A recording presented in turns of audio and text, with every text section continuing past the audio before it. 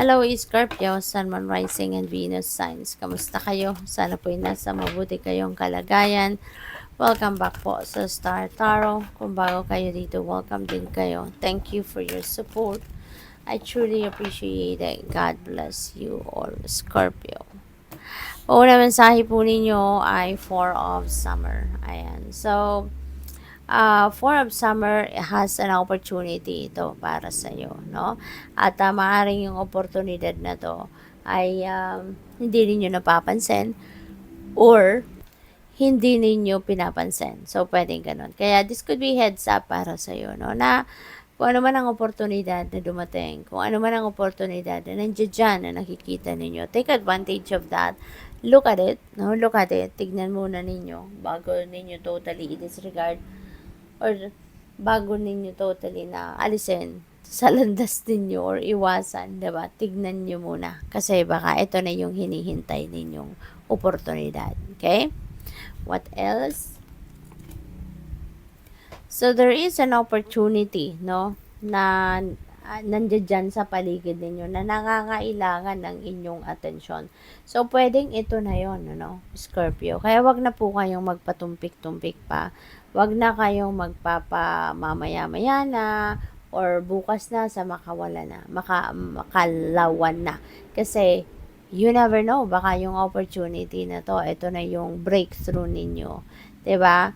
Kaya as much as possible, pansinin nyo na to, tignan nyo na, baka kasi hindi mo alam, baka ano na to, baka it's going to slip away from you very soon, 'di ba? Kaya habang nandiyan dyan, pansinin mo na, take action na, tignan mo na, no? Kung pasok yan sa criteria mo, magugustuhan mo, mapapakinabangan mo, then go for it. Okay? So, what else? We have 10 of Autumn. Wow, napakasaya naman ito. Isang masayang pamilya, bonding moments, maaaring yung mga wants ninyo, mga needs ninyo, nandiyan dyan na, no? Nakuha nyo na, na-enjoy nyo na, or napoprovide mo na. Kaya napakagandang experience ninyo na maaaring nararanasan nyo na ngayon sa pamilya or naipaparanas mo na sa pamilya yung financial comfort, 'di ba? Yung financial needs nila baka na-provide mo na din, ano? At hindi lang 'yan, even for the future baka nakapag-establish na rin kayo ng inyong financial future, nakapag-establish na rin kayo siguro ng inyong stability and security, no? Pagdating sa para sa kung ilang taon pa, no? Yung parang masasabi ninyo siguro ngayon na kahit kailan, 'di ba, ninyo kailangan ng pera, meron na kayong mahuhugot. Yung parang ganun ba? Kaya ano na kayo, kumbaga, secured na kayo, financially stable na and secured. We have the wheel. Wow, Scorpio, napakaswerte ninyo. Kasi so, see the wheel, this is good fortune and good luck energy, no? So, maraming swerte ang pwedeng babalot sa inyo rito sa iba't ibang parte ng buhay ninyo. Maaring yung swerte ninyo is going to surround you, no? In various areas. Kaya napakaganda. So, you can expect, no, positive changes. You can expect different movement ngayon sa buhay ninyo. Okay? Kaya, be ready, no? Be ready to receive this blessing.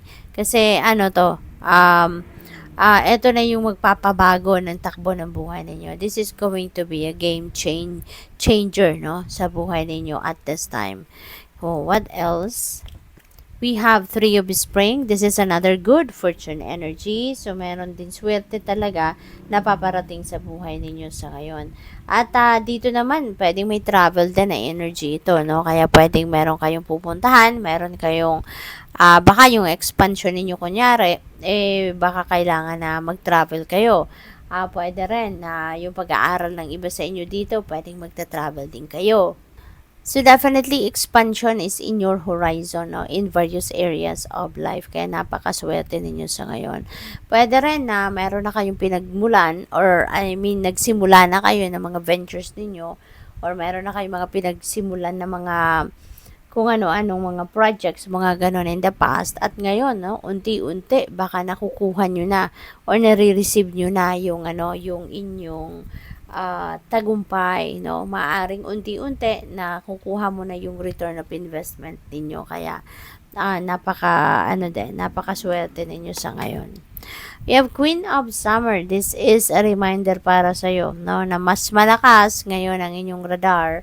Dati nang malakas, pero ngayon mas malakas pa. Kaya take advantage of that energy. Okay? This time, malakas, no? Talaga, extra malakas yung radar ninyo.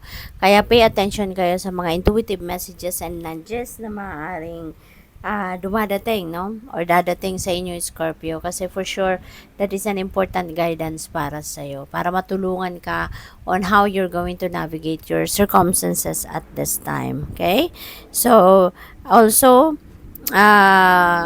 reminder din ito para sa inyo na since you are very caring, you're very, you're looking after different people sa buhay ninyo. Pwede kasing caregiver kayo, pwedeng nurse kayo, or you're caring for others while you are doing that, no, for other people. Reminder ito para sa inyo na gawin nyo din yan sa sarili mo.